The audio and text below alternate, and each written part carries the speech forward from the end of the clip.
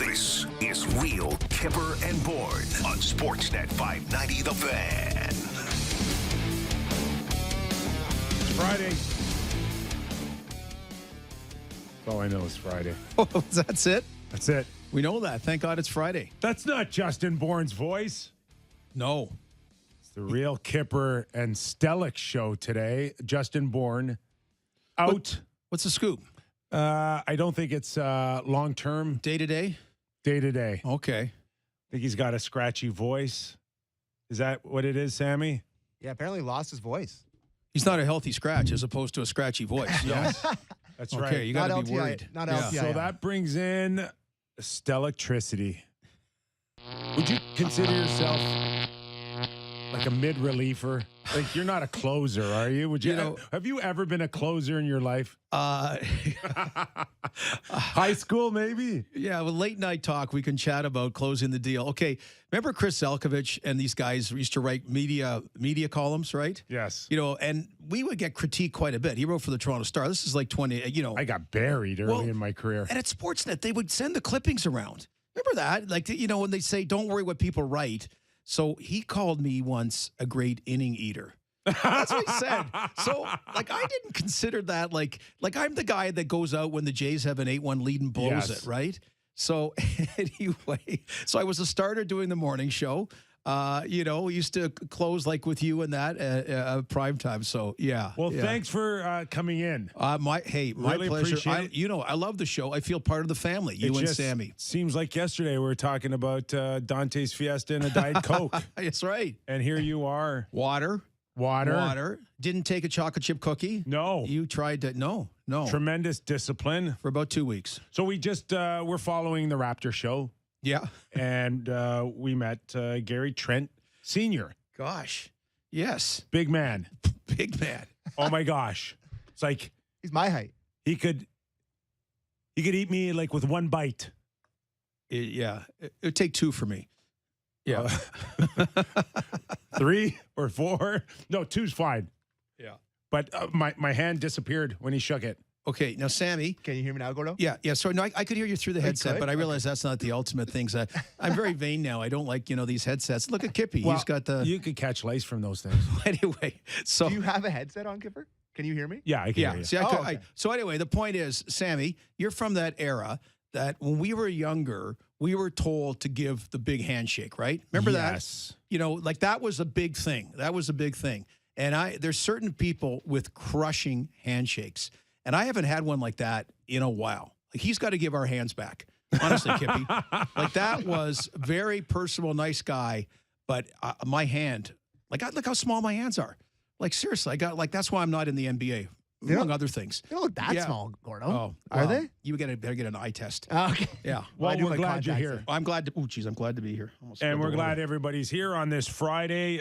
Maybe a little bit of an everything's off bets on Friday. We don't know. This show could derail at any moment. But usually around the time Doug McLean comes on, which would be in about 40 minutes. Yeah. So we'll have some fun Yes. with Doug McLean. The fugitive. I don't Like know he's how just much traveling. fun Leaf fans are having these days. Jeez. And we'll talk about their overtime loss to San Jose on an Erik Karlsson goal in overtime. First of all, I did challenge you to stay up and watch the game. Yeah. How quickly did you fall asleep? I PVR'd it. I'm going to watch when I get back home. No, I watch. You kidding? We're responsible for Leafs Nation, so I watched it, and I know we got lots of clips too. I don't want to I screw you up because you guys work so hard getting the clips, and I never stop talking. But everyone loves doing this, so I figured something out. That here's the scoop. And speaking of scoops, okay, it's like ice cream, right? Like there's just great flavors of ice cream. Pretty well all of them. There's not many bad ones, but say there was like cod liver oil or prune ice cream or something. Yeah. The Leafs right now are vanilla, right? And vanilla is not great and it's not bad, but it's vanilla. And that's what they are. Like, See. do you not agree? No, I think Leaf fans would settle for Yeah. vanilla right now. They're I don't tiger think they're tailing getting me. vanilla.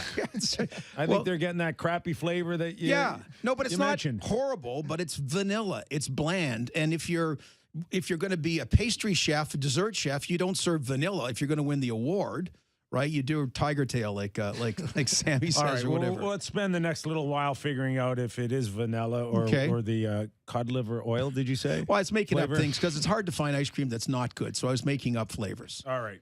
Yeah. Where do you want to start, Kip? We'll start with their start.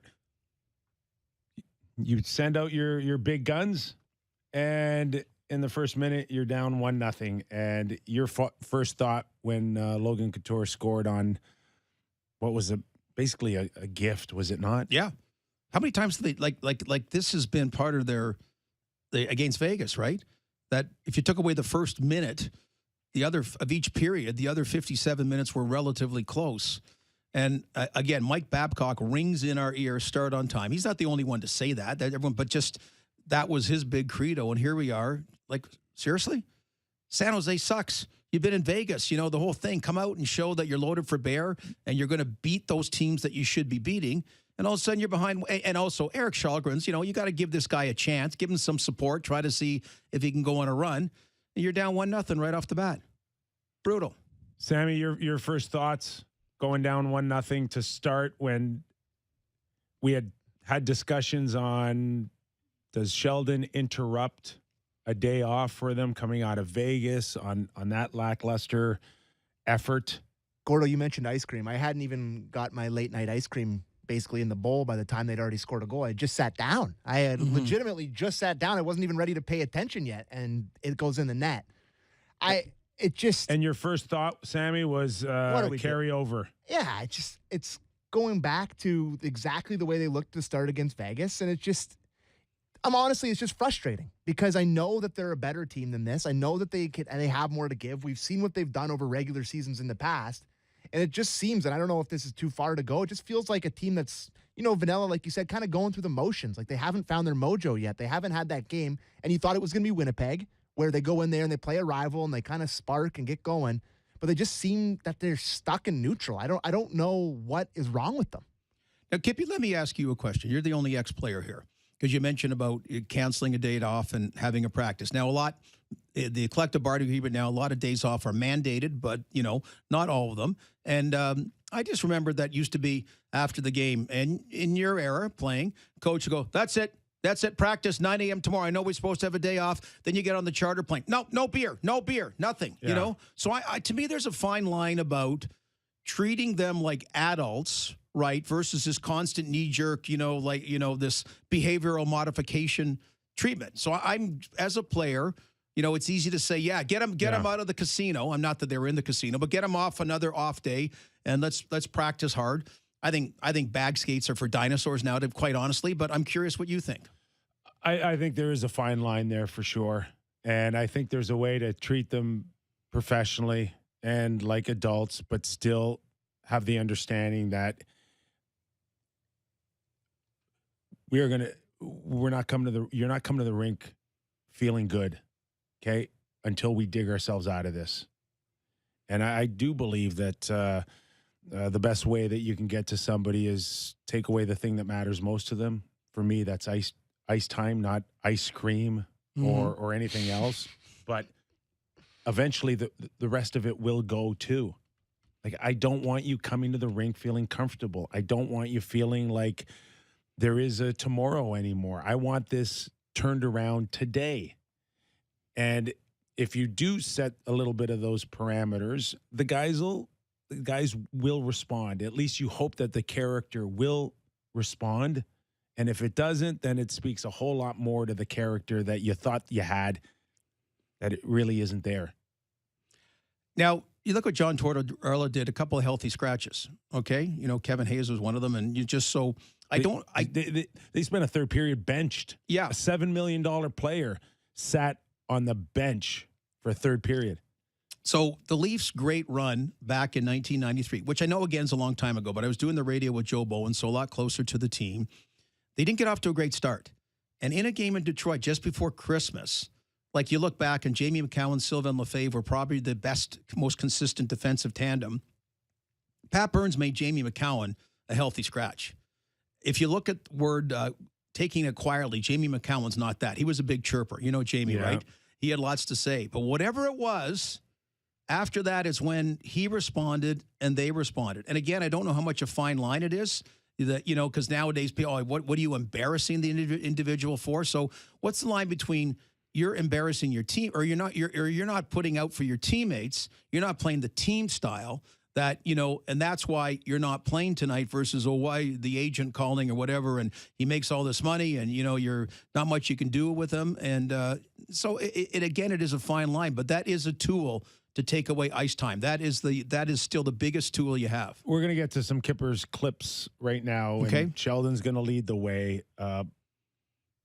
Well, we'll listen to his, and then we'll respond to Sheldon here, and we'll start with the first one on San Jose's top players and how Sheldon saw that.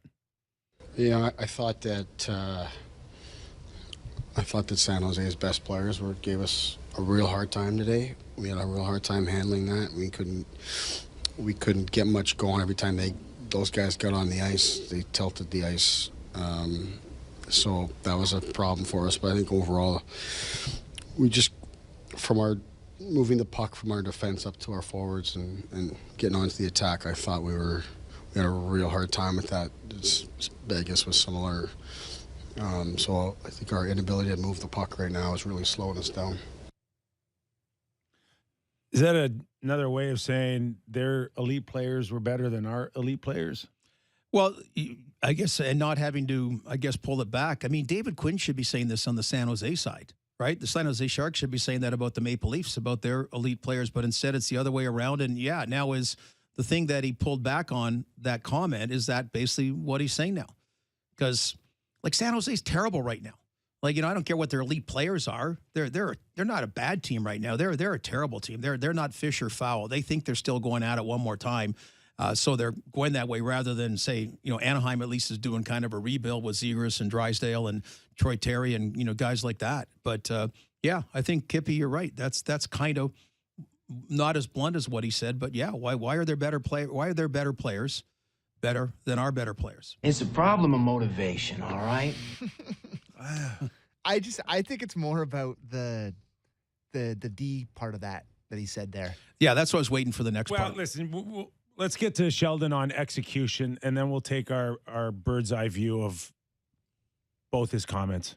We got to execute. I mean, you watch the game, you watch how many times we don't execute on passes. Like, we've got a lot of really good players, a lot of skill on our team, and we're just not connecting on passes, like tape-to-tape passes that we're just either making the wrong decision and passing to the wrong guy, or we're holding on too long and it gets disrupted. You know, that's a big problem for us. That whole our inability to move the puck up the ice efficiently is slowing down all our game on offense, and it's really hurting our game defensively as well, because we're just getting stressed. And, you know, second period we could never get our defense off the ice because we just couldn't move the puck up. Is that on the forwards to help out?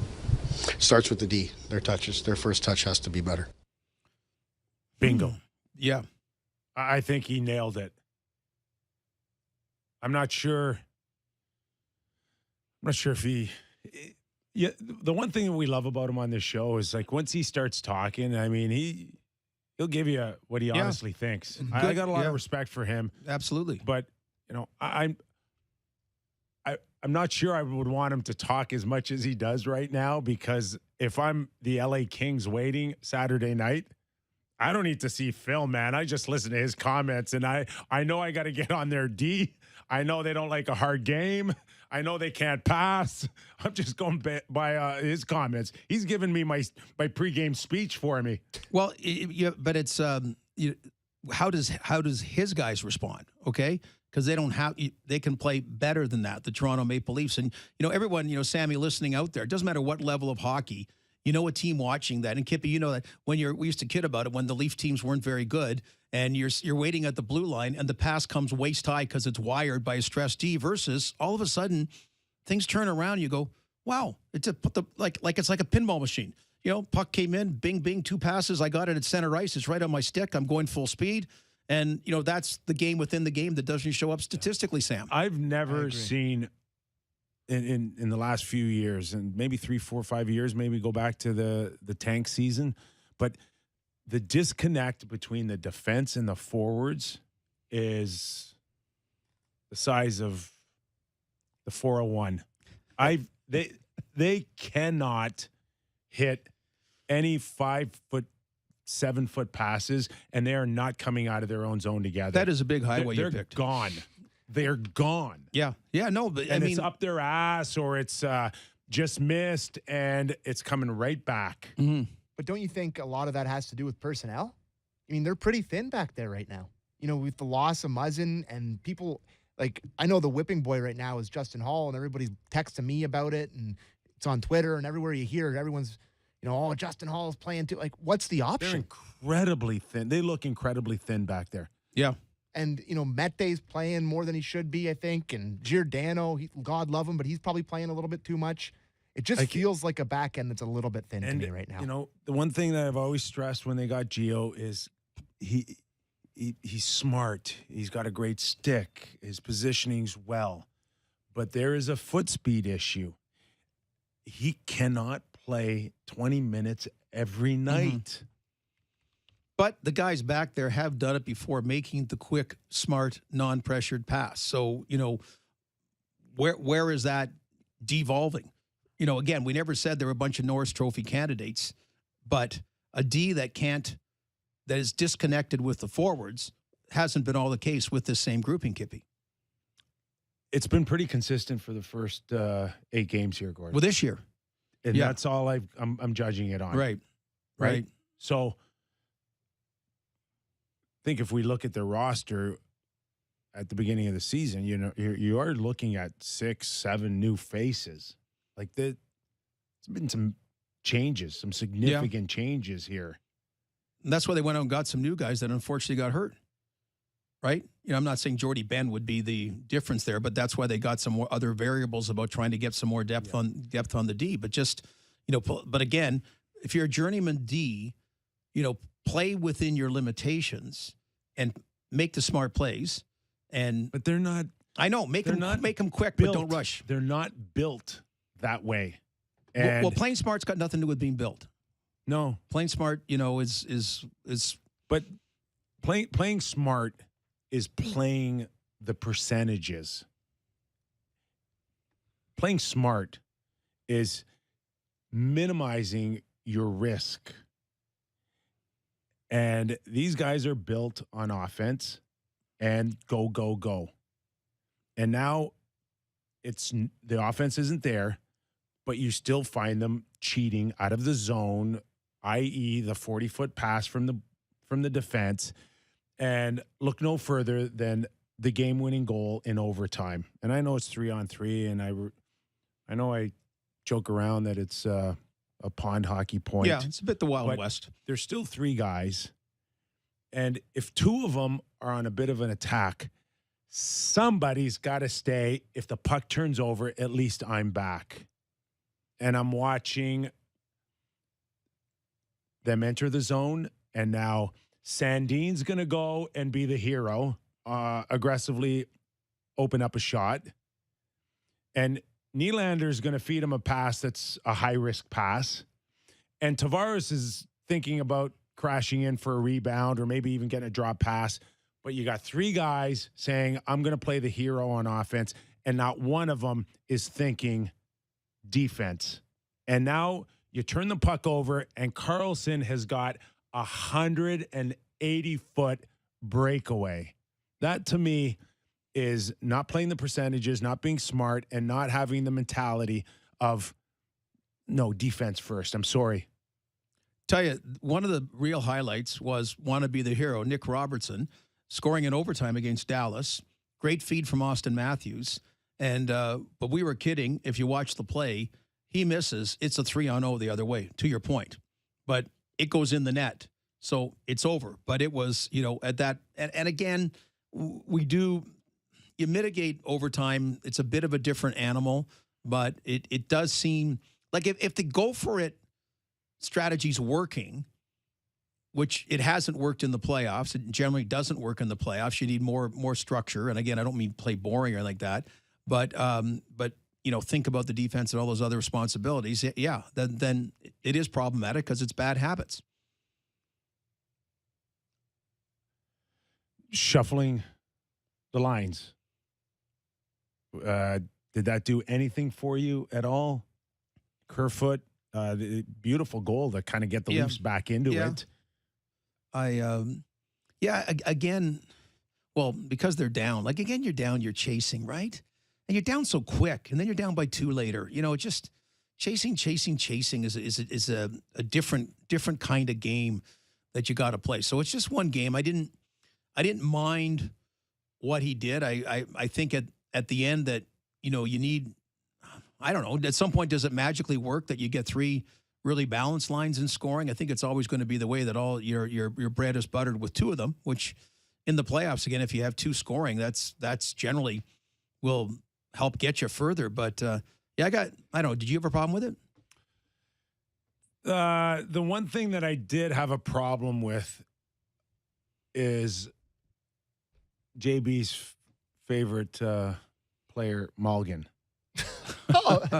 Yeah, I mean, this is continually for me a square peg in a round hole.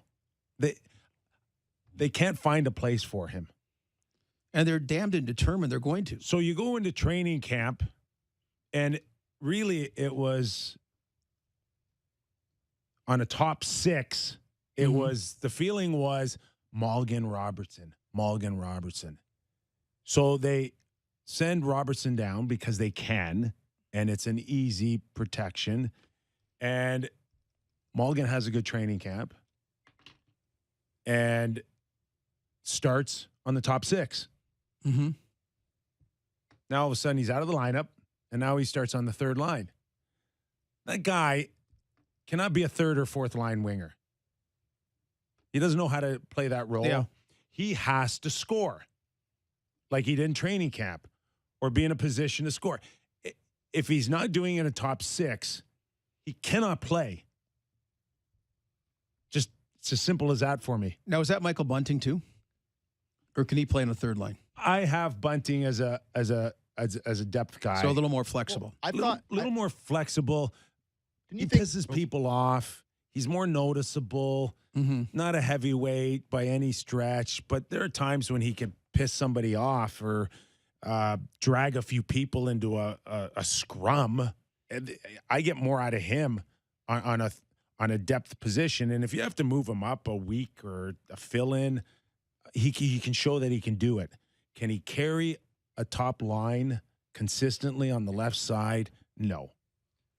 I thought he looked pretty good last night at the start of the game. Thought he had a pretty good first period. I thought he had some moments where he was I had no pretty problem with Bunting I last thought he was night. pretty noticeable, and he got it to the fact where Keefe ended up going back to it later in the game, kind of back to the security blanket of putting him back on that top line in that spot after, I mean, Kerfoot he was fine. He didn't really give him much, but I thought that he earned his spot back up there, but I agree. I just feel like they have, not just Malkin, they have a lot of kind of those guys, Kip and Gordo, in the bottom half of the lineup that don't really have a defined role, that don't really have a presence or a defined role. Like, it just, we're talking about vanilla or tiger tail, that the bottom 6 of this lineup, it just doesn't seem like they're giving you much on a shift-to-shift basis outside of David Kampf. It takes the right mentality to play that role, and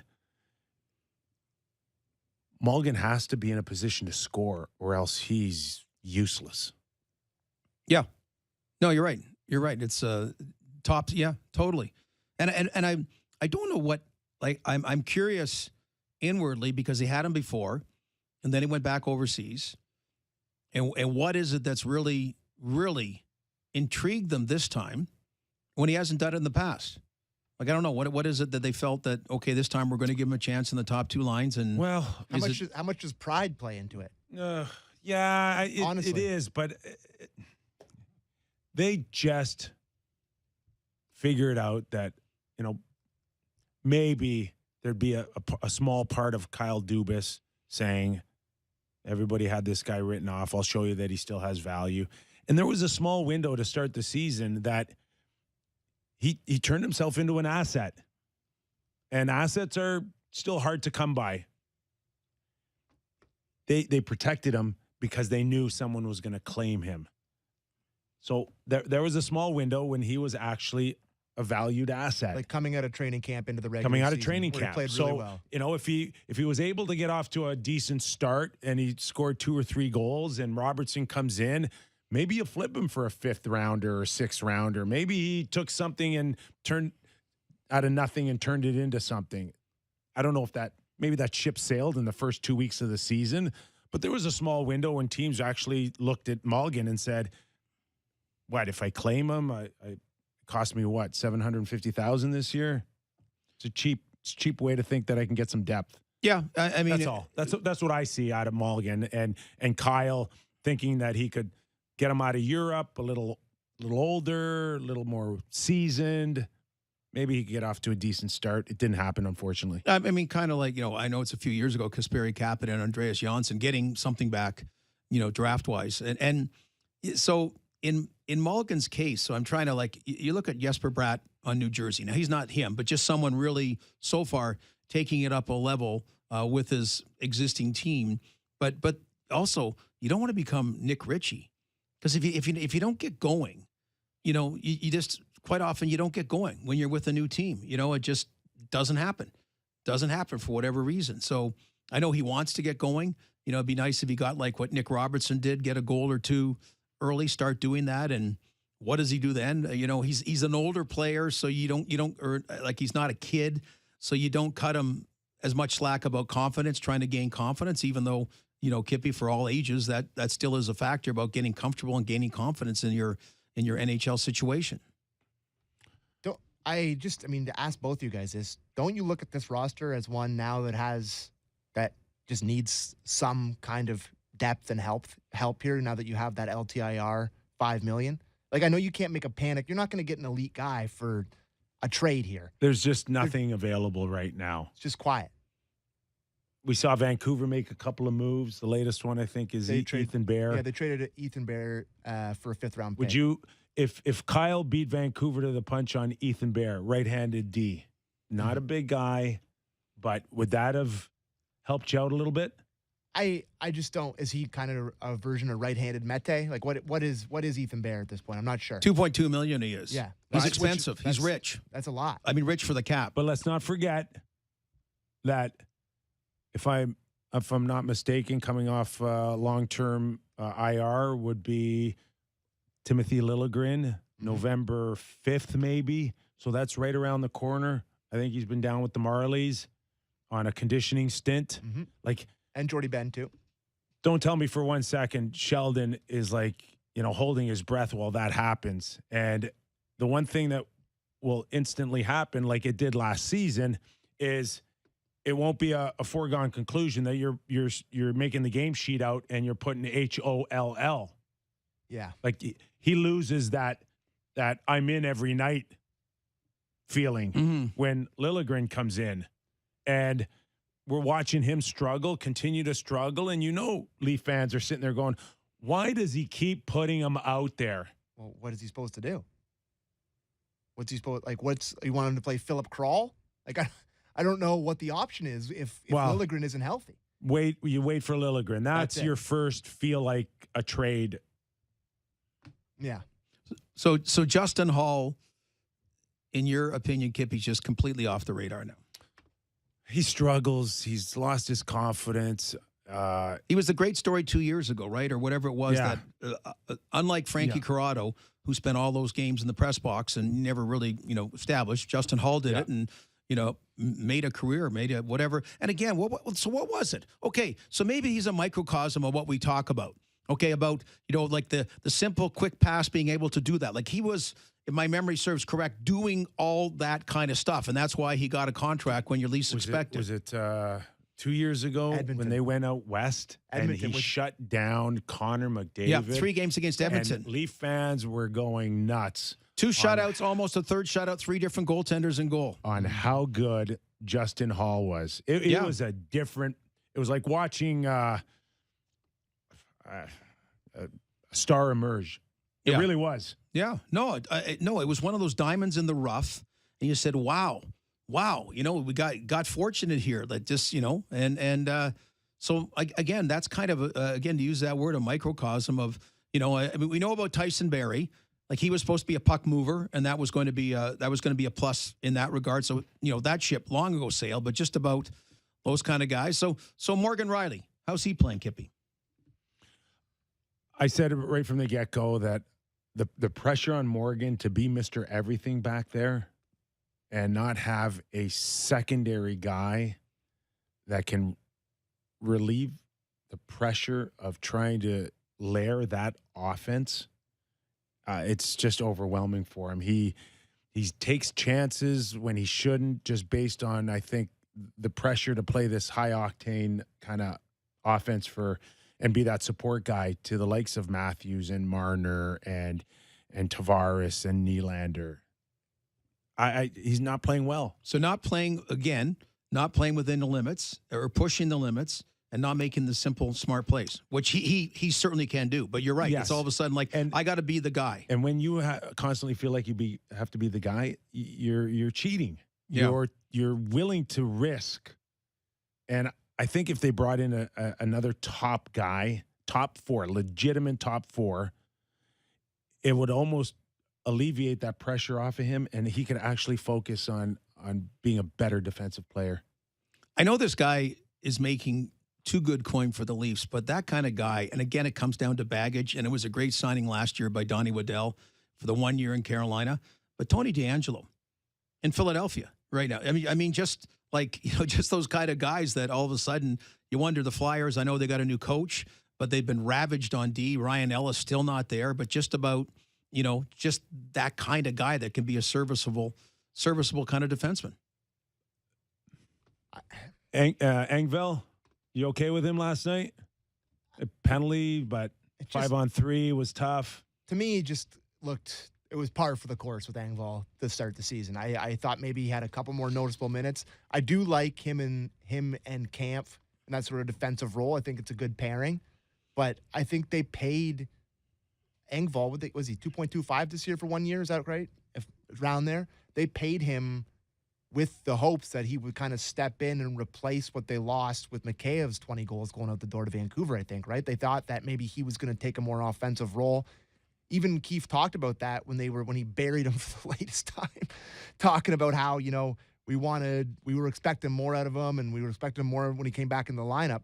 But maybe he's just not that, and you keep him in that defensive role with Kampf and hope for some offensive production. But it was par for the course with Engvall last night with me. I don't know about you guys. Well, okay, so Kippy, let's talk about who caught your eye last night, because for me, I just I use the term vanilla, and it wasn't inspiring. So you that's the mindset, and it's just it just seems to permeate with everyone. I don't know, or maybe we just get so poisoned watching the game that we're not willing to cut slack to certain guys that are actually playing well in the midst of not an overall good team effort. To me, I know this will be music to Kipper's ears, but to me, the one guy that you notice every night is Marner. I think that if you were going to pick out a guy that's been, like, I know that Tavares has had the best start to the year in terms of production, and Willie's had a great start production-wise, but on a night-to-night basis through this sort of vanilla start that we've been talking about, Marner is the guy that's always going. He's always the engine. He's always going. He's always pushing the play. And Matthews got a great goal last night. It was nice to see him fire one in the net. But if there was one I would pick out, I thought Marner looked really good last night. He got a goal. Thought he looked great. All right. I'll get time to think about it because Sheldon's going to come and share some positives for us right now, and then we'll follow up. Well, if there's a positive out of the game, is you're down 3-1 and you find a way to come back and get a point and give yourself a chance to get the second point. We had some opportunities there in the third period to go ahead in the game, and we couldn't get it in. But if there's a positive in the game, for sure, it's that.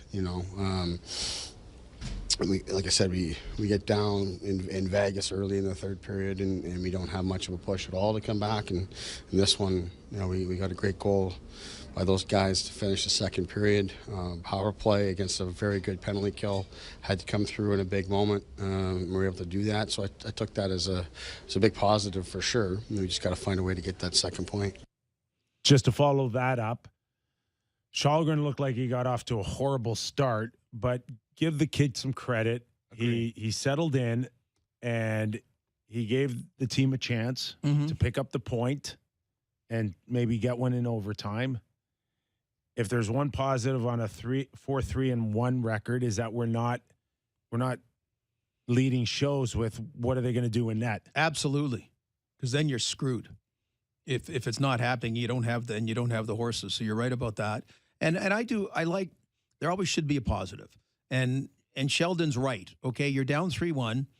And on the road, even though the Shark Tank is now more like the Guppy Tank, okay, it's not the Shark Tank anymore. It is. Come on, like a goldfish bowl. Yeah, well, come on. I mean, the minnow tank. We talked about it yesterday. Like, God love Peter Horacek, his brief time here, but he went on the road to those 3 cities, and that was it, man. Game, set, match. That was a bit of a different animal back in those days. It wasn't that long ago. I know. Trip. California was like the 3 NBA teams in Texas. Yeah. And now it's like, duck, the drowning ducks in one thing. The Kings at least are a little bit of a rebuild in that. But, yeah, so, okay, down 2 on the road, you came back and tied. So I'll give them that. That's a positive. Positive is Marner scores, Matthews scores. Yep. You know, it would be really great if they can get, like, Matthews, Marner, Tavares, and Nylander all to play well at the same time. Well, they need a game like Nashville got last night, okay? Nashville... what was it, 6-2? 6-2. They win over St. Louis. Okay, Forsberg gets 3 assists. Duchesne gets 3 assists. 6 different guys score. Like, you need, like, Leafs are kind of that because Nashville, since they got back from Czechia, against San Jose, who they beat twice, by the way, there. They had trouble winning on North America. So they get that. And then that's whether, hey, come on, let's do it in Anaheim or LA. Like, okay, Matthews 2, Marner 2, Nylander 2, Tavares 2. Like 14-1. I don't want to like that Detroit game. I don't want to get into a deep conversation here on other teams. We can do that later on in the show. But here's another positive. Just take a look at the Atlantic. They're all in the same boat, really, here.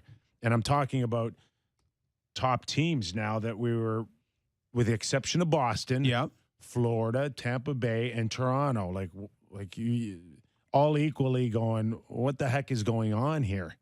I don't consider Tampa Bay equal, because they got, they have 3 Stanley Cup final appearances, 2 Stanley Cups in the last 3 years. I'm strictly on the record. Okay.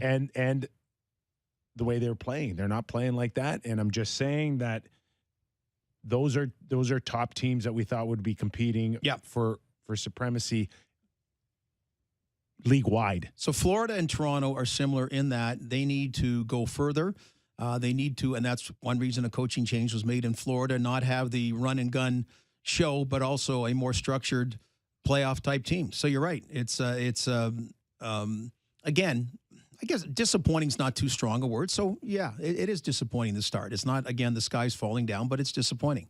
Sammy, you okay with Matthews now? Was that the game that said that now we're going to see the old Matthews? I will say that puck that he hit there to score the goal, that really did make me feel a little bit better about things. He absolutely peppered that. Yeah. That was the A++ shot, so it was nice to see that. I liked him kind of edging towards the quarterback on the power play unit. They're really putting him higher and higher in the umbrella every game that goes by.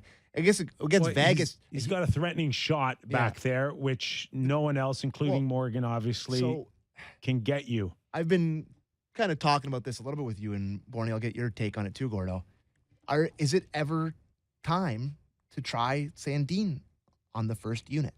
Because to me, every time he goes out there with the second unit for the last 10 seconds that they get, he really does seem to be a better quarterback at finding the right pass. It doesn't come down to Morgan's shot for me. It comes down to the pass that he makes from the top. It doesn't seem like he picks the right one a lot of the time.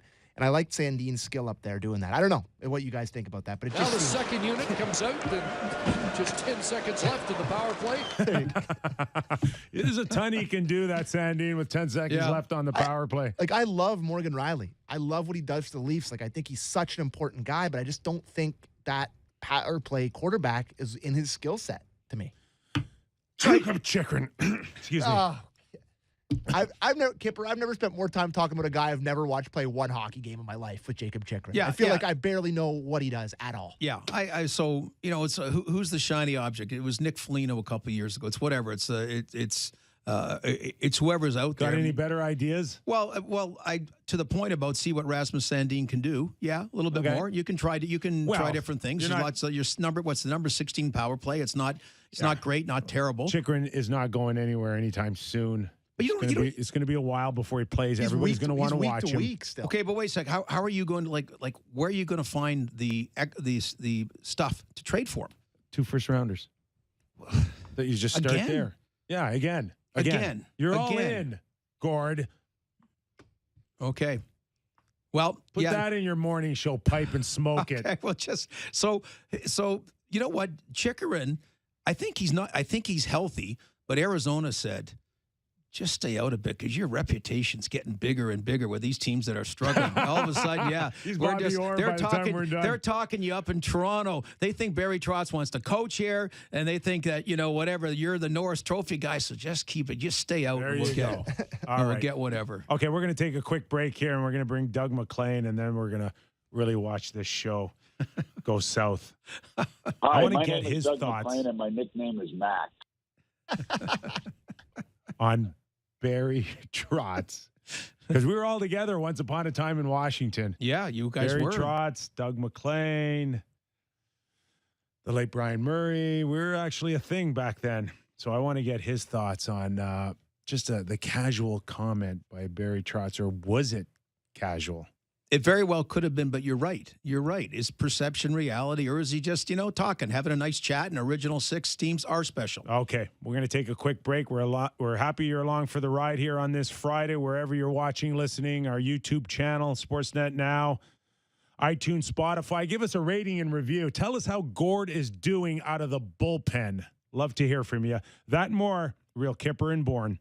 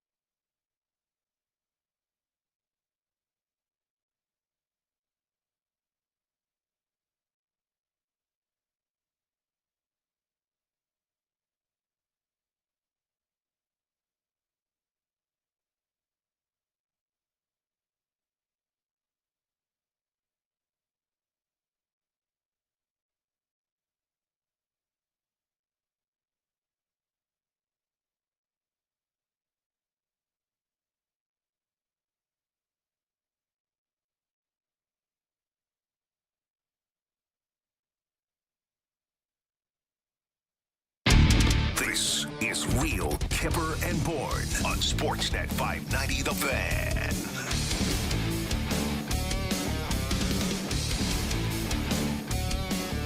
Where do you think Mac is right now? I think he's on his way. Is he? He's like the fugitive. He just is kind of going. Harrison Ford, kind of like. Way back the old TV series, David Jansen. Okay, that's you know, a little week to week. older than I am. Well, there was available in reruns, but every week he went somewhere and just got. Except he's got his own RV. He doesn't go on a bus. He does, and I don't think the law's chasing Doug either. So I think we're all good in that regard. Hey Mac, I want you to know it's not Justin Bourne today, but it's Gord, and it still will be a good show for you. Well, I'm glad because I bailed on Stellig last week. I was supposed to go on his show, but I was in the mountains and I had no whatever you call it, internet. You know, internet. Well, that's why I'm saying he's what like. I'm watching the stock market, wondering if I have to go back to work or not. That's what I'm doing. Hey, just go to your mattress. That's where it all is, anyways. Anyway, where's the RV? Did you sell it? No, I just took it out. Actually, took it out this morning and I had to empty it all. We just got here yesterday, so I had to empty it all, and then I took it out to the where I store it and just did a few things, and I'll have to go first of the week and wash it up and get it ready to be stored. Because we won't use it. We put 32,000 miles on this thing in 2 years, 2.5 years, 2 years and 4 months. Like, seriously. Well, you're sending me pictures from it. You're smoking a cigar. You got glasses of wine. Clearly, you've had no time to watch the Leafs, which probably is a good thing for them. Well, I did watch last night, and I do have my NHL package, so I'm ready to go. But look, it's really interesting what's going on in the NHL, and we have the analytics. I love Torts' comments on analytics today, by the way. You got to read those, what Torts thinks of analytics. Yet Philly are a team that hired about 3 new analytics people this summer, so they must feel really good listening to Torts say how he thinks it's a waste of time and energy. Anyway, so I thought that was good. But anyway, not that I don't like analytics because I happen to enjoy looking at it, But anyway, you know what? It's really interesting. I watched the Rangers play the other night. They lost 3-1 to the Islanders, 0 from their third and fourth lines. And I think it's an unbelievable important part of today's NHL with all the money that's going at the top of the lineup that you actually have to do some serious scouting to find the right third and fourth line guys and the 6-7D. 5, 6, 7D at the bottom of your lineup because so much money is going to the top. The teams that get nothing out of their third and fourth lines are going to have a hard time winning the NHL. The big guys cancel out, but you got to find that third and fourth line. And I'm serious. I watched the Rangers the other night. I'm thinking, geez, I didn't like it the way they played. And they've got to give you energy. They got to score. They've got to chip in the odd goal. So the Leafs. There's no energy in that entire lineup. It's gotten to a point now that why is there no urgency, no energy? They're going to wait till the playoffs and have the coach say after every game, it's unacceptable. Who the hell do they think they are? It's unacceptable. They've won diddly squat for the last 6 years, and they're saying it's unacceptable for how good we are. Like, really, boys? Anyway, that's just my quick analysis. Well, so we were talking quite a bit about that, the third and fourth line on the Leafs, Doug, before you came on. So let's use just Wayne Simmons as an example. In that, okay, is that an extra ingredient that you can put in from time to time? Or is it a team that really can't figure out what their identity is supposed to be with third and fourth lines? I think I continually look at what they've done the last 3 years with their third and fourth line. I mean, they started out, they tried the Simmons, the Spezza, those types of guys. They found out it didn't work at playoff time. Then they go to last year's group on the third and fourth line, which they were a part of, didn't work. Then they go to this year's group, and I'm thinking, okay, have they finally got it right? Are they actually doing some scouting, or are they just using the analytics quotient to find these guys because I think it's critical. I don't like the way their third and fourth lines playing. The one kid's has had a pretty good season so far. Camp, whatever his name is, has had a pretty good run. But overall, they're getting zero from these groups, and then their big guys are stifled.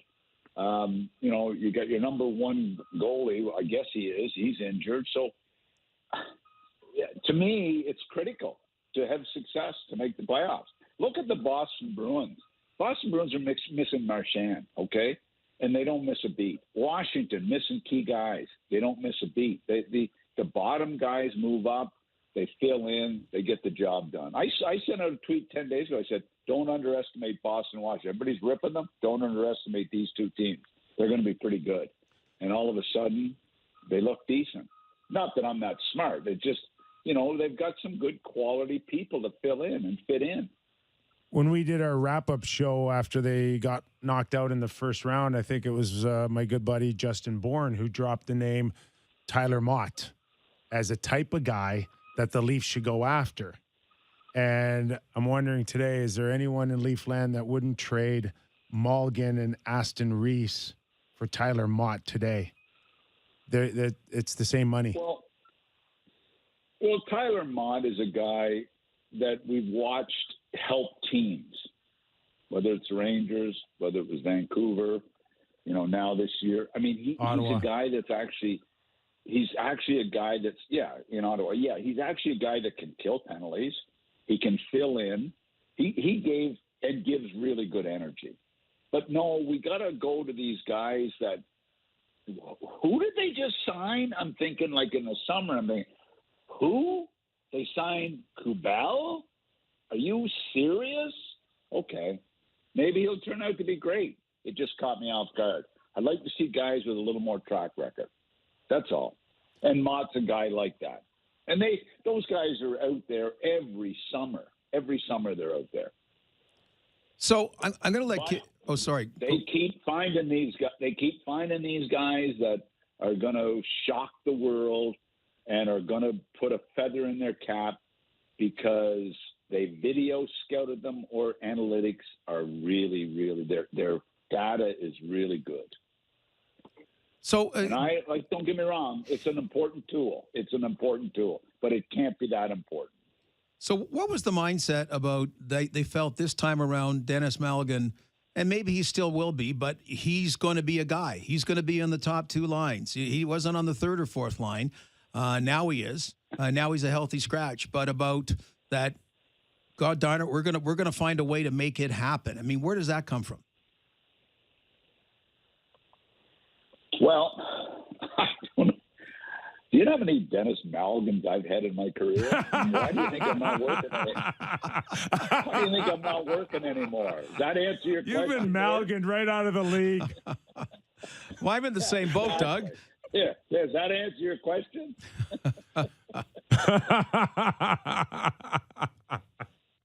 Oh, God. There's That's one a thing about the beautiful NHL. answer. The one thing about the NHL is don't ever really believe you're a lot smarter than the next guy. All the guys that are running teams have done something in their careers to get there, and they've done something to stay there. Don't think you're outsmarting the rest of the league.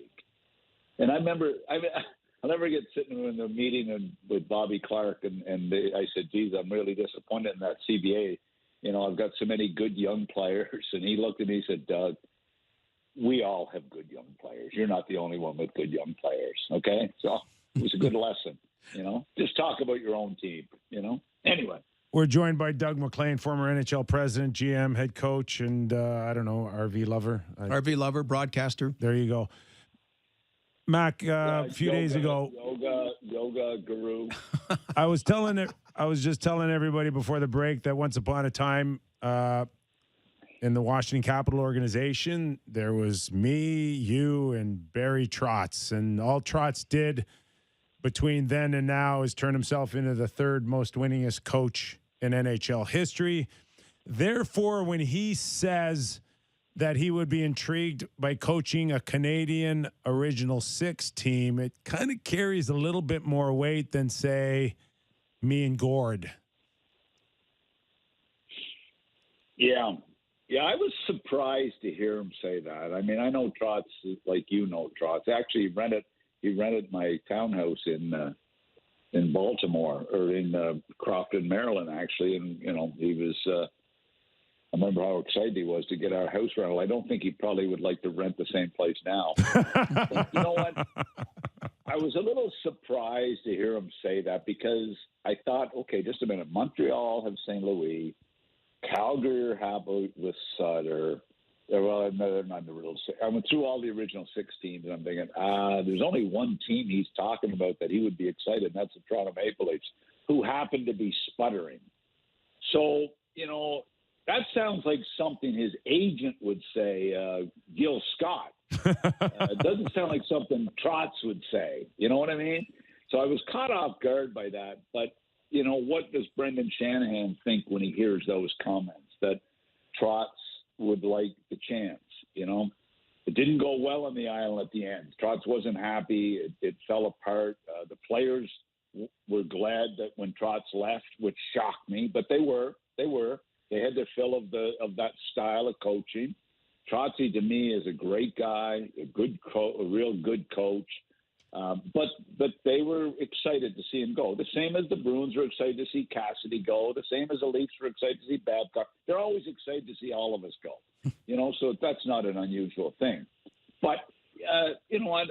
It caught me a little off guard. But Keefe has got to figure this out. He's got to figure this out. Right now, his defense isn't good enough. His goaltending isn't good enough, other than if Samsonov stands on his head, which how long is that going to last? He couldn't win a game for Washington last year. How long do we think this is going to last? I mean, this is la-la land thinking this guy's going to keep playing like this after watching him in Washington last year. I mean, seriously, how bad was he at times last year? So, the bottom of their lineup isn't very good right now. And the big boys are having trouble scoring. Some of them are having trouble getting scoring chances. So I think Keith has got to figure this out real fast, because as each loss comes along, or each unacceptable performance comes along, eventually he's going to get called in and say, your performance is unacceptable.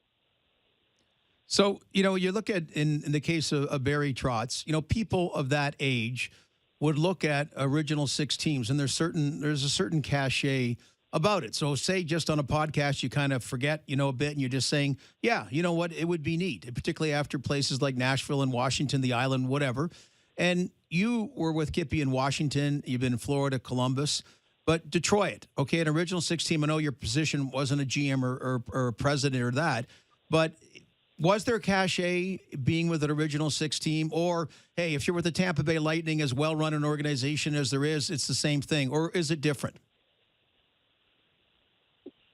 You know what? I'd go in to work out after the players leave. I'd go in and get on the treadmill, and I'd look on the treadmill next to me, and Ted Lindsay was on the treadmill next to me.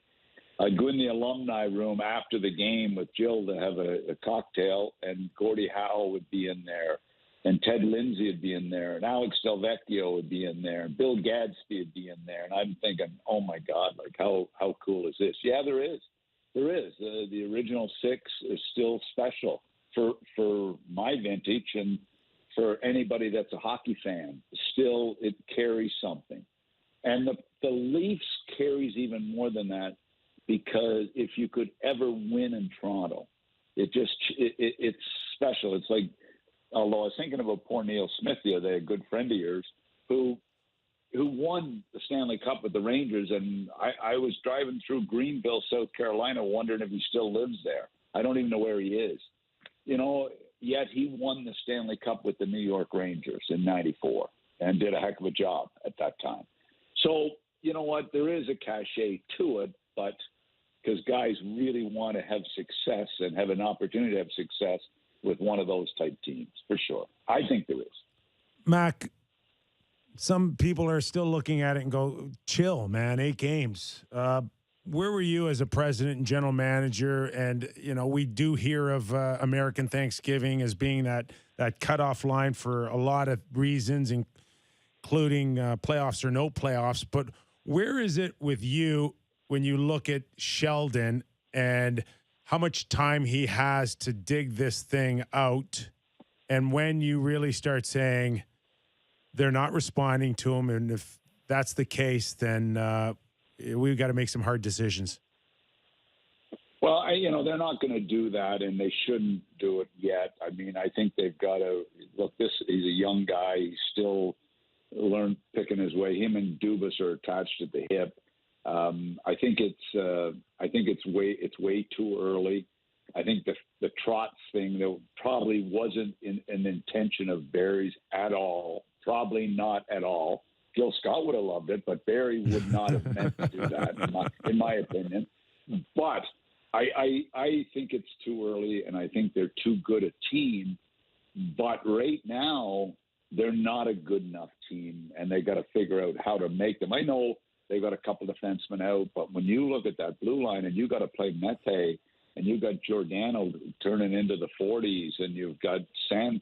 The kid is still a kid, and Hall is just average. It's just scary when you look at that blue line combined with the lack of what they're getting up top. It's frightening, and they've got to play their number 3 goaltender at this time. In a tough schedule. So you can't wait very long, but you can't panic either. I mean, they're a playoff team. That's not the issue, but this unacceptable talk and all this BS is getting on my nerves. Like, just don't tell the media everything. Oh, my God, they can't wait to run to the media and tell them everything. Like, just shut up once in a while. So here's a question, and it's a curiosity question, and Kippy may know and you may know. So, optics are an important thing.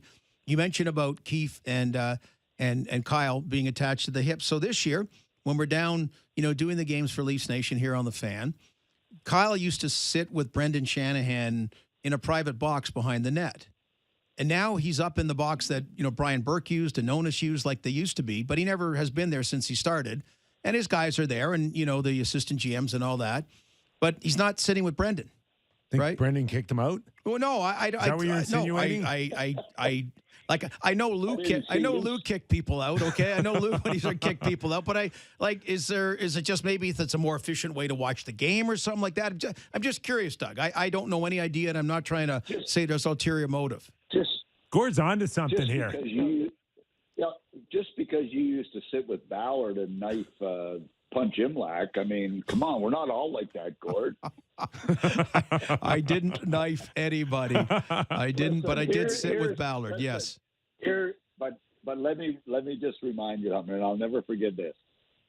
GMs get to hate coaches really fast. Owners get to hate coaches faster than the GMs like to get to hate them. And presidents get to dislike their coaches and their GMs. So, it's been 6 years and, dislike becomes part of it. Yeah, it's just the way it is. I don't mean dislike the guy personally, but dislike. But I'll never forget that. As a GM, you've got a little more time. The owner doesn't get to hate you quite as fast as he gets to hate the coach. Just remember that. So, that's why you get GMs that get to fire 2 or 3 of these guys. Mac, where the hate is now, I don't know. Brendan, maybe they're trying something for good luck. Who knows? I don't know. It has been a topic of conversation on Kyle not having an extension, one that he would have liked in the summer, going in now and making the necessary changes, and whether or not there's a different feel without a contract next year than if he had 1 or 2 years left. Where are you on that with business as usual for a guy that has no security blanket underneath him? Well, it's not good. It's really not good. And that's you stole Brad May's line, by the way. Media. What's that? It's just not good. Brad May's line. Oh, okay. Listen, it's not the way it should be, because he controls a major part of the player personnel in this organization, and you can't have somebody in a desperation move making those moves. And, if he, let's say he makes another Kadri type trade. Let's say he makes another one of those at the deadline and it bombs like the Kadri one bombed. Now, lots of people didn't want Kadri there because he got suspended. He played too hard. He was too mean at playoff time. Nobody wanted him there. And, and it bombed. Well, if he makes another one of those, then it'll be, he didn't have a contract, so he was desperate. He's going to make dumb moves. Well, they can't risk that. That's why he'll be signed before the deadline, in my opinion. I think he will be, or he'll be fired, one or the other. You can't have him go into the deadline with no term. You can't, unless there's one sitting in the drawer for him, and they just don't want to announce it. Well, I'm wondering that because now the only reason, Kyper, we know is Kyle shared that, correct? Like, how do we don't know anything about contracts. Sometimes people dig and find out stuff, but this got confirmed. Did he volunteer it? Like just saying, I'm committed because I'm on my last year? I don't think he would have volunteered it any more than they didn't volunteer when Sheldon got an extension. Do you remember that? Well, I know, but I'm saying why, like, I don't even... To Doug's point, like Ron Wilson got signed on Christmas Day as extension, like, whatever. And it could, like, David Pastrnak, is he really an unrestricted free agent, or do they have a contract in Boston already in the drawer? I don't, I don't think they do. Okay. Well, anyway, I just would expect, I don't care, like, if he has Are you saying it's a non-factor? About Sheldon? Yes. No, about Kyle. About Kyle? No, it's a big factor, like Okay. Doug says, but I'm saying, why do we know this? Like, why is it public knowledge? We generally don't know contracts to that degree that, oh, my God, he's what coaches, as you know, Doug, always argued, I can't be a lame duck, which really you can be. But it's out there now. Yeah. It's a thing. I know. So. Yeah, it's out there. That's what's wrong. They need I remember when we used to go have training camp, we would bring a media expert in to meet with our kids about how to deal with the media and how to handle the media. I should have sat in on those sessions, by the way. I wasn't smart enough to sit in and learn from those. But I'll tell you what, they need some lessons in what to say and what not to say. I mean, it's some of the comments that are made, like the Sheldon slamming his veterans, then basically apologizing, saying it's unacceptable. Then, it just, they just talk too much. They love to hear themselves talk. So just calm down. I love listening to Gerard Gallant's press conferences with the Rangers. You know what? I love listening to them. It's short answers. He doesn't give them much. He gives them enough, but he's been around. And this is something Gerard has learned in his career. The same with the Trotz and the same with these guys that are experienced. By telling them everything, you know what? How much it's created in chaos because of them talking too much. It's unbelievable. And Brendan, he never says anything. They should get Brendan to talk more, I guess. No, I think they keep going the way they're going. He's going to have to, for sure. Yeah. Hey, let me ask you something. They're a pretty good team. Anyway, yeah. I got this feeling in this segment that Gil Scott took you to the wood chipper on a negotiation or two in your career. No, that's not true. I ran into Gil at the draft in Montreal this year, and we actually had a nice chat. I like Gil. I like Gil. Okay. All right. Well, when I didn't have a job, he was too busy finding Trotz in some guys' jobs. There it comes out. There it comes out. Yeah. But I like Gil. I do. Gil likes Gil when he eventually lands a $5 million contract for Barry Trotz. Yeah, exactly. All right, Mac, anyway. Go back to cleaning the wheels on the RV or something. Hey, thanks for having me on. I really appreciate it. Both you guys. Gord, does this make up for one on yours, too, so I don't have to do that? Hey, why don't you just we'll give Gord the tape of this, and he can play it on Sirius. There we go. That's a good idea. Yeah, we'll give you thank you very much again. Hey, McGuire's available now. He's not working in Ottawa, is he? No, he's not in Ottawa, I don't think. He's available again for you. Okay, we appreciate all the help. Okay, Scott, McGuire. Anyone else you want to take a run at before we end this thing? Or you're okay now? I've had a pretty good. I've had a pretty good go today. I'll talk to you later. All right, Doug McLean, everybody. You can almost tell, like he's. Oh, I know. Totally. When he gets bored, he gets better on this show. Yeah. Gil Scott was a big CFL player agent before, and then he became. He had his. I dealt with him once on Peter Ing. Okay, that's who he had. Believe it or not, player-wise. But then he found this niche with coaches. Yeah. Like it's a great niche. He really. There's only a couple of them that handle NHL coaches. Was that a tough negotiation with Peter Ing? It actually was initially. Alumnus. Peter had pretty high thoughts of himself. He came out, anyway, it was. But it was good. It was professional. Back then you were fighting over like $5,000, were you not? Oh, like $1,000, like $1. Should be that way now with the salary cap having a stranglehold on many teams, including the Leafs. Okay, we're going to take a quick break. We mentioned them a couple of minutes ago. It's not good. It's not good. We'll get Brad May's feeling on the Leafs. Well, it's not good. That and the live Brad May after the break.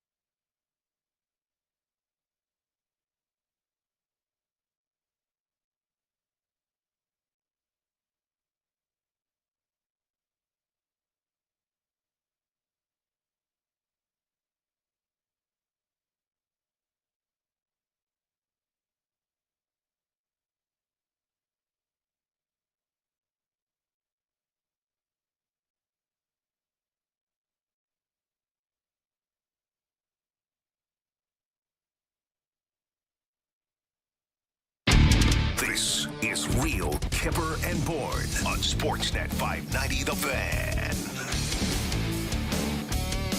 Closing out the week here on Real Kipper and Bourne with our guest co-host, Gord Stellick, in for Justin Bourne. We're also going to take some comments and questions from YouTube and text 5959. Is that 590, it, Sammy? 590. 590, 590. What did I say? 5959. My height in high school. I'm not good with numbers. They'll probably get Wayne's World in Aurora, Illinois with that. Yeah. How long has the Fan 590 been around? Now I'm calling him 5959. It was 1430 for a while. When it launched, it was the God, Fan you're 1430. Well, anyway, just facts. Then it got moved down the dial. Anyway. All right. As promised, the Leafs are 4-3-1, which will utter famous words from Brad Well, May. it's not good. That might be our best one ever. No. I I'd got fight my another mom one. to win Hold another on. Stanley Cup. What Brad May would do to turn this around for the Toronto Maple Leafs. I'd fight my mom to win another Stanley Cup. He would fight his mom. Gord. I don't doubt it. I don't doubt it. I couldn't do that on my mom. But your mom that time, Mayday, at the golf tournament, when you were telling jokes she didn't like, she almost came up and slugged you, right? Your own tournament? Hey, listen, my mom, thank you guys for having me on, number one. My mom is the sweetest woman and tough as nails, and she would kick my ass, and I'm afraid of her. My point of saying that, guys, is you have to be all in. You have to be committed to the cause and do whatever it takes, even when, let's say you're a skilled player. Skilled players can drop down block shots, play simple, make easy, which has been difficult for Toronto, 5, 7, 10-foot passes. I think their game has to become more simple, and simple's not stupid in this case, guys. Listen, get the puck out of your zone together. Don't extend the neutral zone by expecting 40, 60-foot passes, which end up becoming a tip down deep, and it becomes a ping-pong match. And all of a sudden, if you don't close the gaps, you're exposed. So Toronto, you listen, they got a lot of talent. They're very thin on the blue line. We've noticed that, of course. But they're top guys. They're going to be able to score. They're going to be okay, this team. But it starts at the top, the leadership.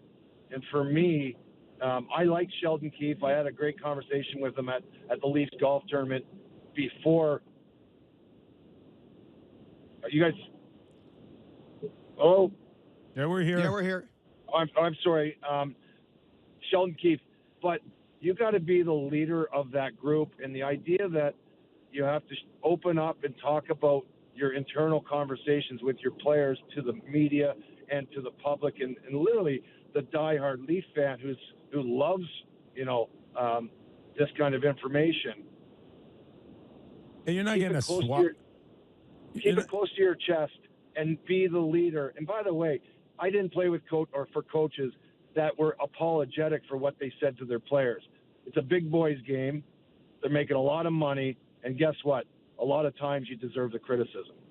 You're not getting a swab up your nose in this segment, are you? No, but I'm on my cell phone, guys. I apologize if somebody's calling through and I didn't know what to do. Ignore? But I didn't know. I didn't want to hit it and then delete the phone call. But you know what, guys? I really appreciate the Toronto Maple Leafs. I'm going up this weekend with the alumni, a bunch of guys. We're going up to Northern Ontario playing some hockey. I love the game. I love the passion. But listen, everything that happens inside that locker room should never, ever come out. If my children are misbehaving, I don't go out to the neighborhood and tell everybody what they're doing and what I'm going to do to fix it. You handle it internally. You become a wonderful family, tight-knit. The trust factor grows, and then you become tighter and better. So, okay, you're talking about a team that has had Stanley Cup expectations for a few years. I mean, not a favorite, but certainly, and then that has had no playoff success to show for it. So you're talking about fundamental hockey that they got to address. Is this something a Stanley Cup contender needs to address? Has the learning curve stagnated or gone backwards in the process or something? Well, listen, it's early in the year. They've got new players. What is it, up to 6 or 7 new faces in the lineup. They are thin on the blue line.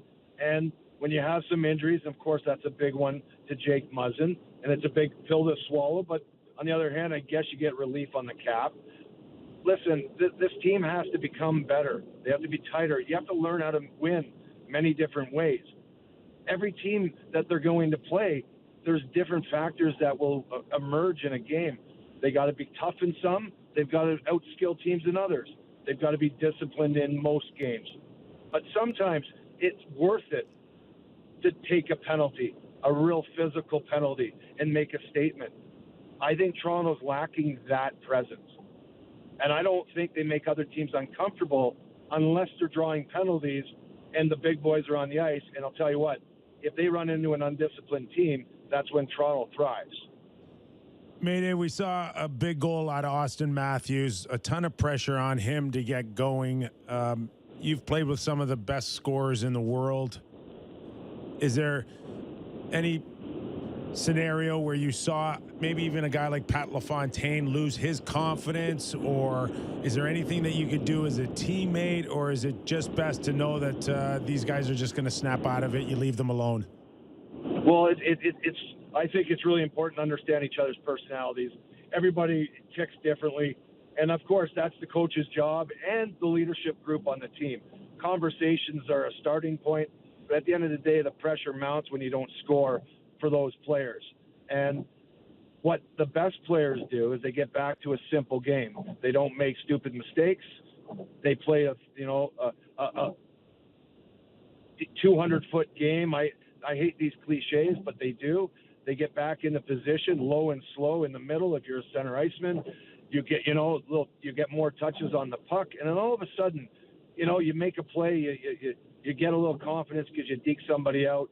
But stop trying to score goals from your zone, neutral zone. You have to get the puck behind the other team's defenseman with pressure, and then hopefully, and it's good, Austin's been drawing penalties this year. That's a great sign. That means that he's actually going to the areas, that he's actually making players on the other side uncomfortable. But you can't do that with just one player.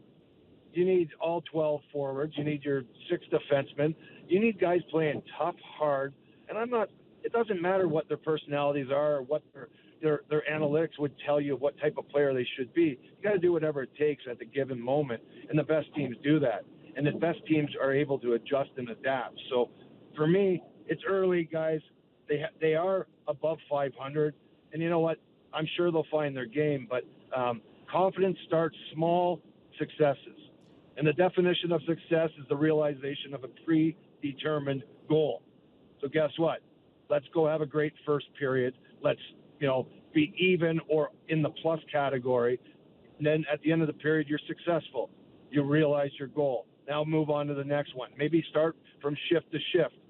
But the best players are able to do that, and they don't go long, extended periods without scoring or providing the offense. But I'll tell you what, that monkey, if you will, that grows on the back of a player, I'll tell you, it gets heavy and heavier if they're not doing the small things right.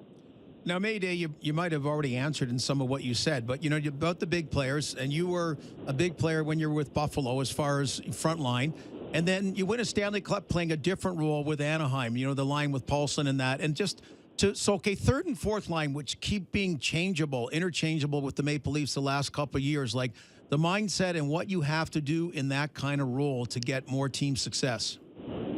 Well, first of all, you got to play scared and confident, but you got to be afraid that, listen, I got to play my game, and I can't be afraid of making mistakes. But if I do make them, I understand I'm going to be sitting on the bench.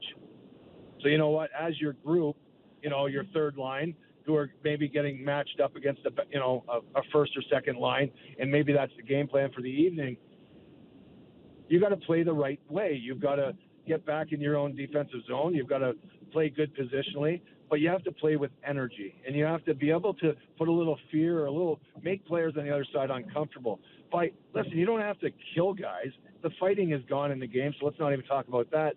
But you got to get in on the forecheck. But this whole ping pong 30-foot or 60-foot passes tipped open space, all of a sudden it becomes a back and forth, affair. And if you don't gap up and you don't have confident defensemen to get up back in the neutral zone to close the gap, all of a sudden you're having waves come at you one after another. And it's too hard to play that way. And the first and foremost thing is you can't start games behind. Certainly in the first and second shift. There's going to be many games that the other team scores first. But if you're playing the right way and playing hard, you're not worried about those goals because you know you can actually go out there and score one yourself. But I'll tell you what, if you get scored on lackluster behavior or focus and you're not ready to play, that's, again, if I quoted Sheldon Keefe, that is unacceptable. That conversation has to be held inside the locker room. Yes, he's under pressure, but none of us should know what's going on inside that room, and I think they talk too much. I think you nailed it. That you gotta almost have a fear, or you gotta be scared to play a role, especially on the fourth line. And my biggest fear, Mayday, when I played, wasn't coughing the puck up or taking a bad penalty. My biggest fear was not being noticed out there. Nick, you said it right. That's the nail in the head. Is that the saying? That works. I'll tell you what, Nick, it's unbelievable. Again, you don't want to play scared, but you have to understand that you have to be desperate. A little bit uncomfortable that, listen, you don't want to let your teammates down. You don't want to let your line mates down. You've had a little gathering, little meeting before the game. Let's go, guys. We need energy. We're going to be playing against this LA Kings here coming up. They have a great young player, great young team. Who in this lineup is going to make it uncomfortable and say, listen, I'm running Drew Doughty over. I'm going after Quentin Byfield.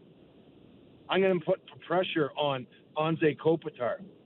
I'm not letting this guy, I'm not giving him any time and space. And by the way, if you go in with that, dogged focus and identity, you cannot be denied, I don't think, especially when the skill is there. But I'll tell you what, if you're a skilled team and don't outwork the other team, you're going to lose. And you're going to lose ugly. And the fans and the people here in Toronto in this market, they're going to turn on you quickly. But I'll tell you what, when you got guys that play, and I like, if I look back a couple of years ago, Zach Hyman, he was the engine of the Toronto Maple Leafs. That guy, and he is the engine in Edmonton. He moves his feet. He draws penalties. This guy has got dogged pressure. Who wants that role? Because guess what? It's up for grabs, and it's a very valuable one. And you're not going to get overpaid or paid today. But if you continue to do that and the Toronto Maple Leafs have success, that player is going to become a household name. Who is it? Who wants the job? And I'll tell you what, if I was 60 pounds lighter and ready to roll again, Nick, because this COVID thing has been brutal on us, and I'm kidding when I say that, these young players have to be focused and want that position. So, Mayday, you were talking about too much getting out, but then you also said criticism, there's a role for it. It doesn't have to be pulled back. I think that's what some people wonder. Like, are they too sensitive that Sheldon Keefe had to pull back what he said? So what is appropriate in 2022 for players? Look at Jim Rutherford teeing off his team in Vancouver. Like as a player nowadays, what is acceptable or now is, this falls on deaf ears and you're out of line? Well, here's the thing, and I'm going to say something, and I'm sure, and I don't really care. I'm going to upset some people. Go woke, go broke. You have to be respectful of your teammates, of your players, of your coaching staff, of your organization, and not pressure, but the great honor that you have to play on a team in the National Hockey League. First and foremost, you have to be aware of that. But you know what? When you're inside that locker room, no doubt, it's a family, it's a brotherhood. Families fight, guys. Families argue. And they want the best for each other. And they figure it out themselves. But they certainly don't go down to the neighbors one after another and tell them, what the problems are inside their own household. Keep it to yourself. Look each other in the eye. Love each other. And you're going to be a winning team, 100%. If I'm a coach in the National Hockey League, unapologetically, if my best players aren't the best, you have to identify it. Now, do you say it to the media or do you just say it to them in the locker room? There's many different strategies. But I definitely believe, I like Sheldon Keefe. He's going to do okay. He's showing that he's empathetic to his players, and I like that. But guess what? There are some players that will take advantage of that. And I hope that doesn't happen in Toronto. Boy, you hit the nail right on the hammer. What is the saying again? On the saw, I think. So I said on the head. I can't remember it. But yes. You were awesome, buddy, today. I don't care what you said. You were awesome. I dress you Saturday night in L.A. Listen, Nick, I would love to be in L.A. playing hockey, guys, on the road with the Toronto Maple Leafs, and then get a big win Saturday night. It'd be unbelievable. I'm with you, man. But I'd just like to be in L.A. That's the only part I'd like. Now, guys, sorry. Thank you for having me on, and I love you, Gord. Miss Okay. ya. See you, man. Brad May. Yeah, I was just going to say the one thing with the May Day, and as after, I was going to kid him, but, the one thing I wouldn't do, you have to ask him questions when you give him a ride home from work. So, when he worked here at Sportsnet, and I was working with him one night, and it was nice weather, so it must have been the playoffs. So, you're done at midnight or 1 o'clock, and he was living up in Hogs Hollow, and he said, can I give you a ride home? Kind of like when you called me when your car wasn't working and then criticized my driving. Yes, correct. On the driving too slow. So, okay, I'm going to drive May Day home. It's about 1 a.m. Then you get in the car. He doesn't tell me his son needs a ride home too. So we stop at Mount Pleasant in Eglinton because his son's at his girlfriend's house. Like a typical kid, he takes 10 minutes. Like I'm doing the ride and I'm waking, all of a sudden 10 minutes later, this car pulls up and his girlfriend drops off the son with golf clubs. So now I got a bunch of crap in my car. So me, I want to go for a pizza slice or something. I got to open it, whatever. But the kid and all that. So you got to, Mayday, okay, ride home. What exactly does it entail from El Gordo? That's all. That's my tip. All right. So I'm not going to bring up that you were a slow driver, but there was a dog pissing on our wheel, for God's sake. That's urban myth. Urban myth. It was a coyote. God, I could listen to you guys talk about that all day. All right, you where do you want to go? You want to go to some questions right now? I mean, there's a couple of topics that we can pick just randomly around the league. You know what's hot right now on social media is what? The Arizona Coyotes dressing room. And the pictures that are out there, they're getting killed right now. It is Chesswood Arena, Woodbine Arena, I don't know, Crestview. I honestly have a better locker at George Bell on Thursday mornings than they do. But it's like arriving last to a cottage, right? It's bush. And you get the last Bush league. It is, and it's got to be embarrassing for everybody involved. But what are you going to do? You have no choice. You were kicked out of your Glendale Arena. You know what I want to find out, and I'm not, and Sammy, this isn't something you can find out maybe I can easily, but so, okay, it's new that in the middle of your existence, you're playing in a provisional place.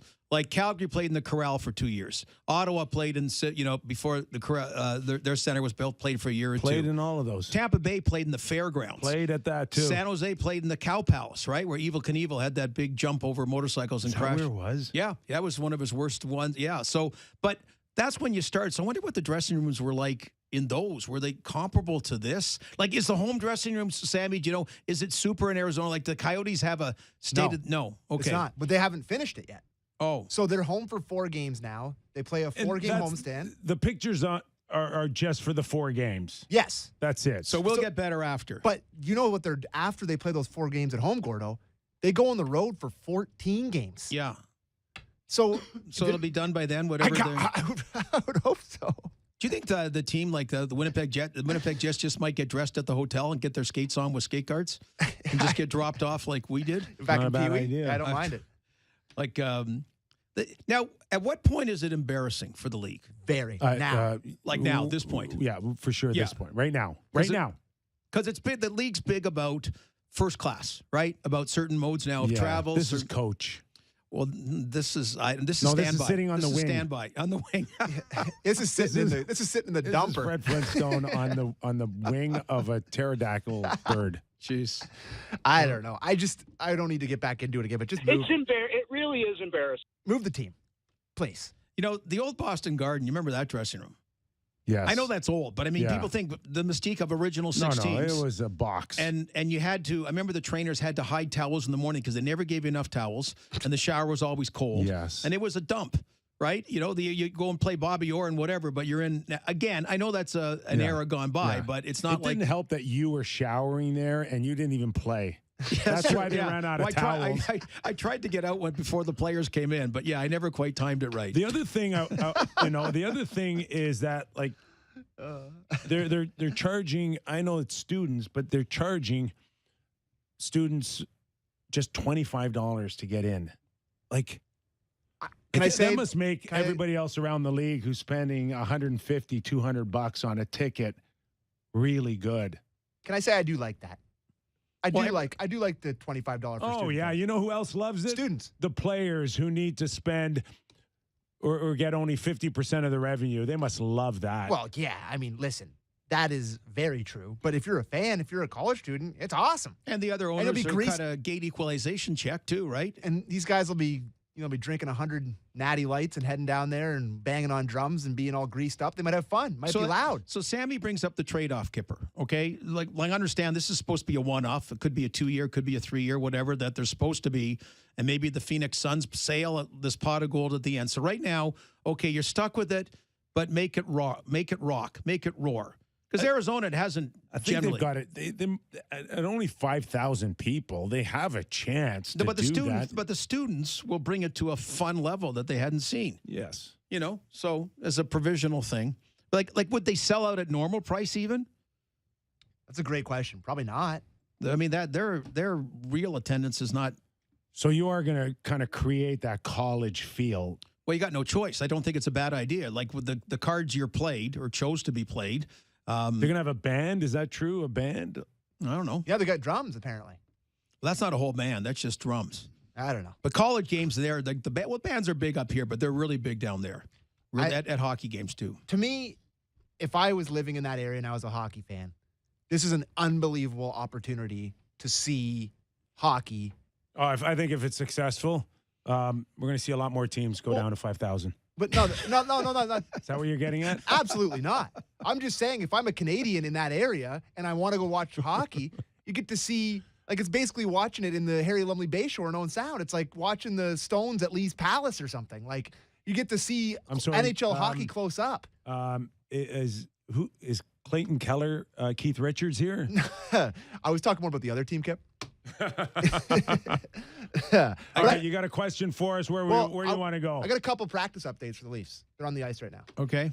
They've shaken up the lines a little bit. Are you guys interested in that? Again, you mean? Yes. Wayne Simmons back in L.A.? Yes. Wayne Simmons back in. So your top line, they went back to Bunting, Matthews, and Marner as the top line. That was a really big experiment they did there for a period and a half. Kerfoot slides in with Tavares and Nylander. Okay. And then you have a third line of Nick Robertson, Calle Yarncroc, and Wayne Simmons as your third line. And your fourth line is Engvall, Kampf, Aube-Kubel, Zach Aston-Reese, and Malkin appear to be healthy scratches. All right. Do anything for you? Listen, earlier in the week, I said the only thing for me that would really shake it up is if you dropped Nylander down and had him pull some people up on the bottom six. I don't know. I mean, well, that cliche again, shuffling the deck chairs. Now we've got Nick Robertson on a third line. Great.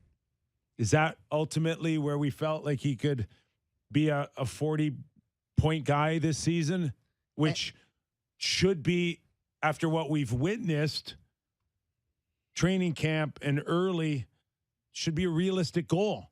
So Kerfoot's getting the call over him, correct? That's in this shuffle, Sammy, is that right? Okay. Kerfoot's slid in with Tavares and Nylander, which is something we saw a lot of last year too. Diminishing results, and people were never really thrilled with that line. If by chance we're talking after Saturday night, like we are the first 8 games, they're gonna have to break up one of Matthews, Marner, Tavares, Nylander. They have to, if this continues on this pattern. I know. And I wanted to see it last night during the game, and then they went down and scored a beautiful goal at the end of the second period. But even in the game last night, I was saying, would it be nice to just, he's allowed to do that. Sheldon. You can break up the lines. You can put them back together. It just felt like they were due for a kick in the butt. So, and the other very important update from practice, according to David Alter, the Leafs will be wearing their Bieber jerseys on Saturday night against the Sharks. I forget what they look like. They're black. Yeah. Black. Okay. Remember, they're the black one with the blue leaf as usual, but they're all black and they're reversible. And they don't have a beaver on them. A Bieber. No, Bieber. Okay. Justin Bieber's. I'm going to get my hearing checked. When he said the Beaver jerseys, I Bieber. I've Bieber. never heard Bieber. about the Beaver. Okay, I got it now. The Bieber. So they're going to be Is it too late now to say sorry? Yeah, that There you Bieber.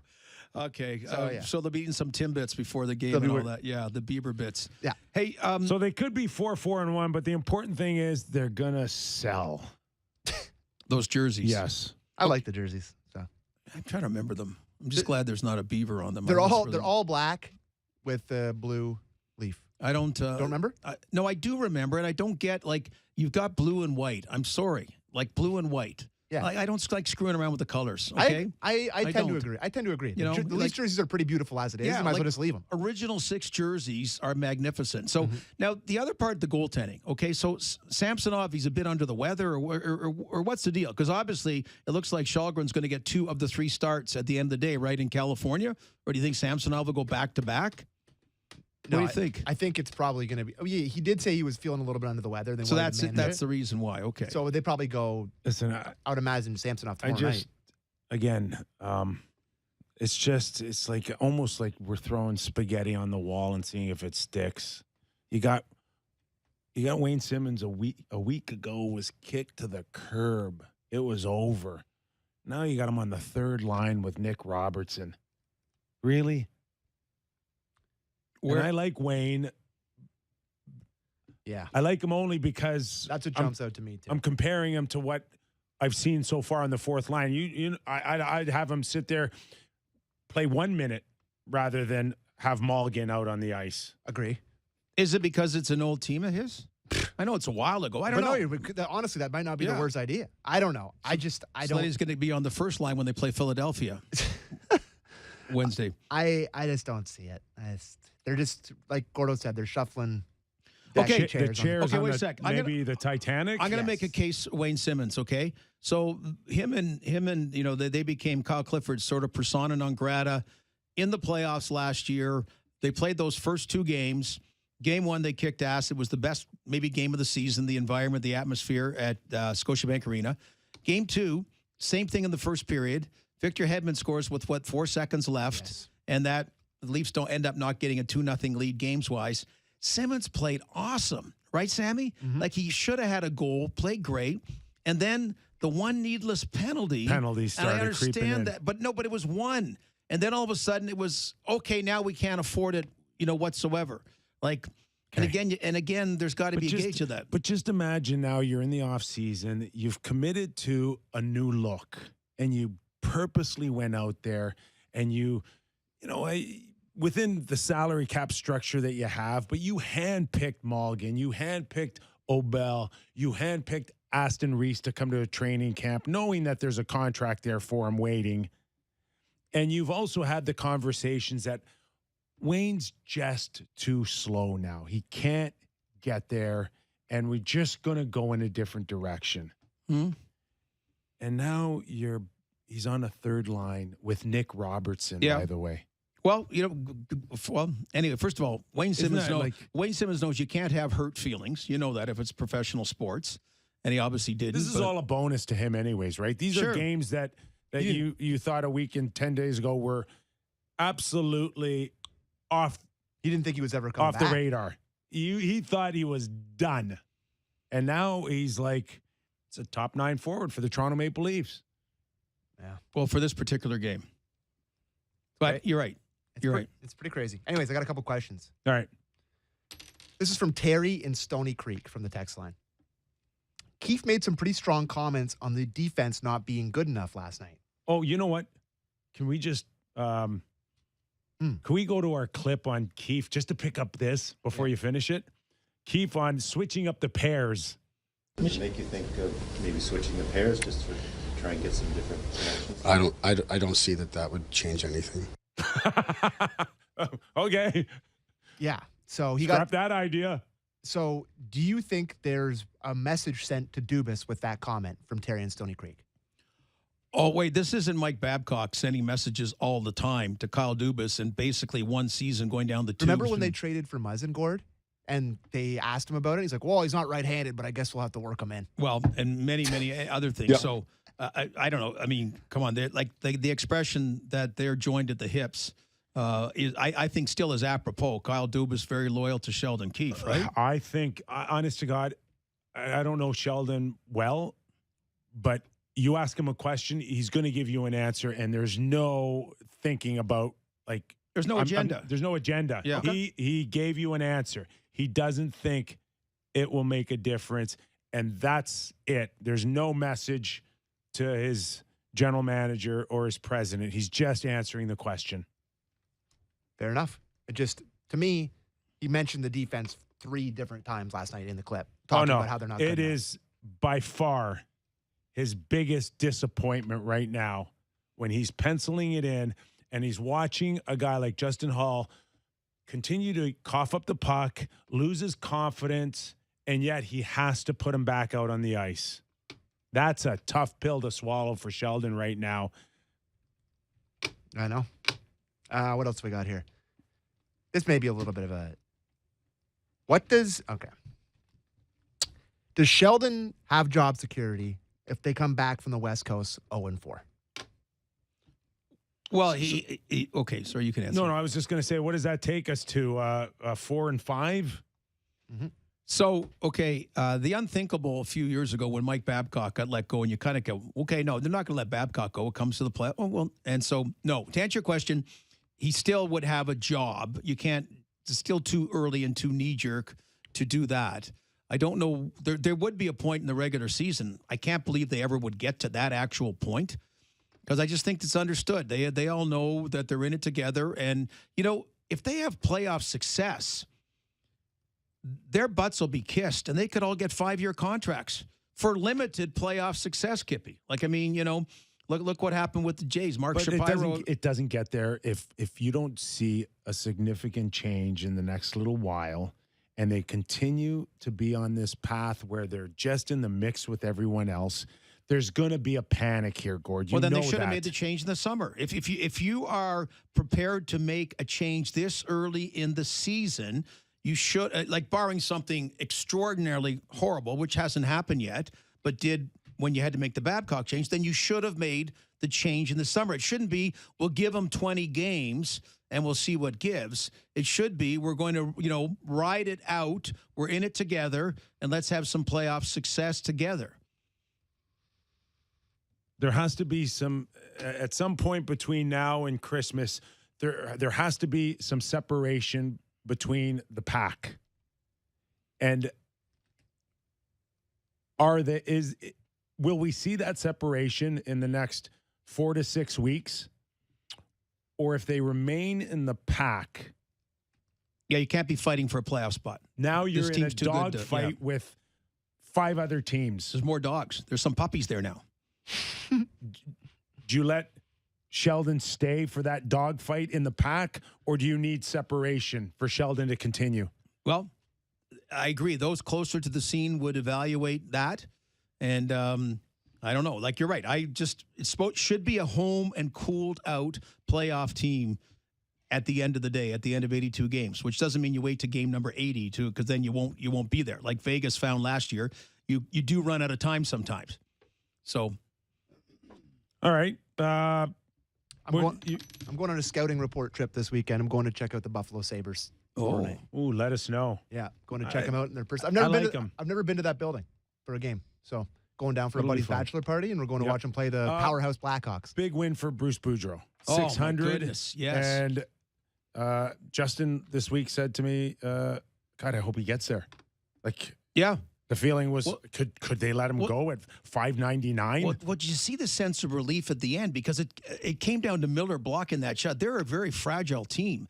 So they get it, and then all of a sudden someone shakes Bruce's hand. You go, all right, that's right. Like, they thought he might get it in Washington or Minnesota, places he coached before. So he got it, but they're still, man, they play again tonight. And let's see if they got to get some goaltending, by the way. Thatcher Demko. Jim Rutherford said last year, the one thing we know is we have a great goaltender in Thatcher Demko, and they're not getting it. 3 games in a row where you're blowing multiple goal leads. Oh, I know. It's like you should put 2 out of 3 away and think about the different feel Bruce and that whole organization would have if Demko was able to shut the door with 2 goal leads. And another, I know it's an excuse. Why do you start the season on a 5-game road trip? I like to get a road trip in early, like the Leafs are right now. But your first 5 games on the road, again, excuses, but still, everyone looks at things analytically, Kippy. Gord, phenomenal job. What a job, Gord. Thank you, Sammy. Thank you, Kippy. I think the Jays sign you mid-relief. I really am do. an inning eater, according to Chris Elkovich. He's better than Trevor Richards, that's for sure. Remember that beautiful ceremony where everybody was dressed to the T's and you came out in a Hawaiian shirt? It was for Tom Cheek, yeah. I didn't get the memo on the dress code. It was a very nice ceremony, and it will live in infamy on my side. You were going to the beach? What was going on with that? Bad move, but we soldier on, right? Well, you dressed accordingly today for the I'm Real ready. Kipper and Bourne show. Thanks, Kippy. You have a good one. Always a pleasure, pal. Always tons of laughs. Thanks, everybody, for watching, listening. Give us a rating and review. Put the thumbs up on YouTube. We love you. We're speaking to you on Monday.